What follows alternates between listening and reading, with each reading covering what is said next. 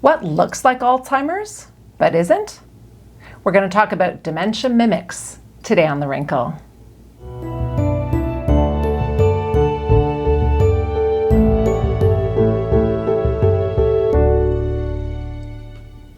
So, a lot of things can look a lot like Alzheimer's, but they're not.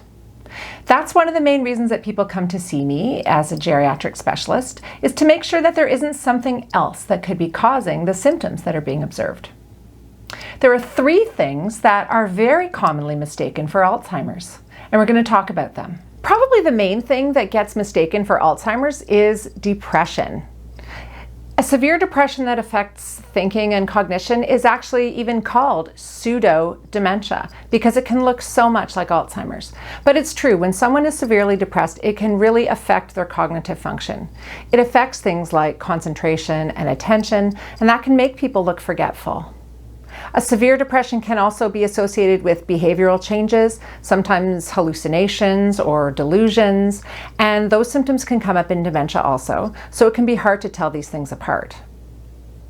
Ironically, people who are developing dementia, sometimes family members will feel that they are depressed. So as much as depression can be mistaken for Alzheimer's, sometimes Alzheimer's is mistaken for a depression.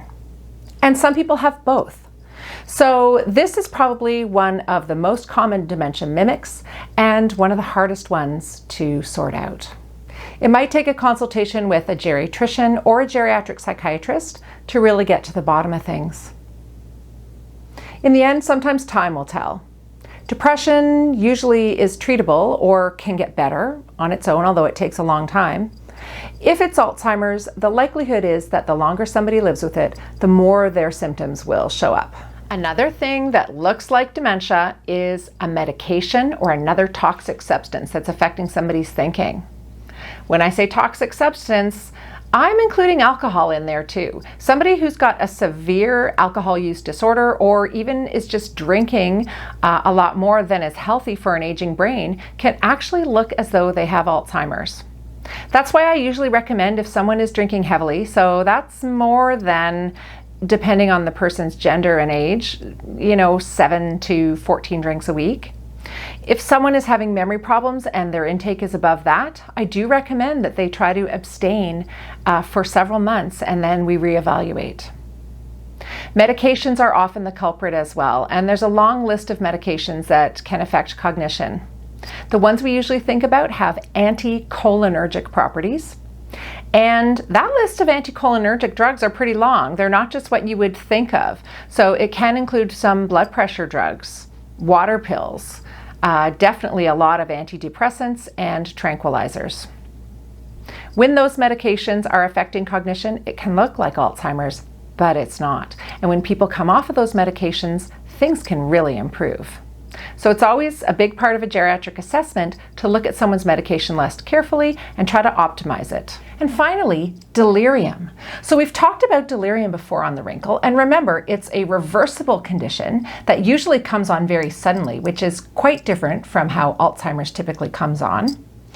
It involves fluctuation, and it's always due to some type of medical condition. It can be a mild condition, so even something as seemingly innocuous as constipation, a urinary tract infection, or a change in environment can bring on delirium. But a lot of people are worried that it's actually Alzheimer's when a delirium comes on. And after a careful history and exam, we can often rule that out. There are other things that can look like Alzheimer's. That's why we usually do some blood work and check things like a person's calcium level, their thyroid function. We sometimes do a scan to make sure that there isn't a bleeding, a tumor, or a stroke. There are several things that can also mimic dementia.